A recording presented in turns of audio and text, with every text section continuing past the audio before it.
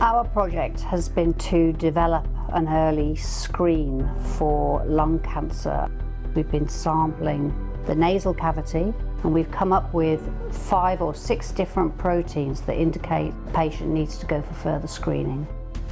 The challenge of our research is to try and capture patients before they develop late-stage cancer, which means they cannot undergo surgical resection.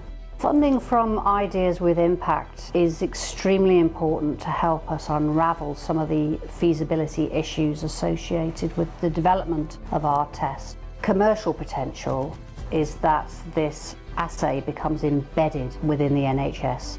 Ultimately, this test will travel across the globe, and it will also be applied to patients who may suffer from the development of lung cancer due to environmental and occupational pollutants.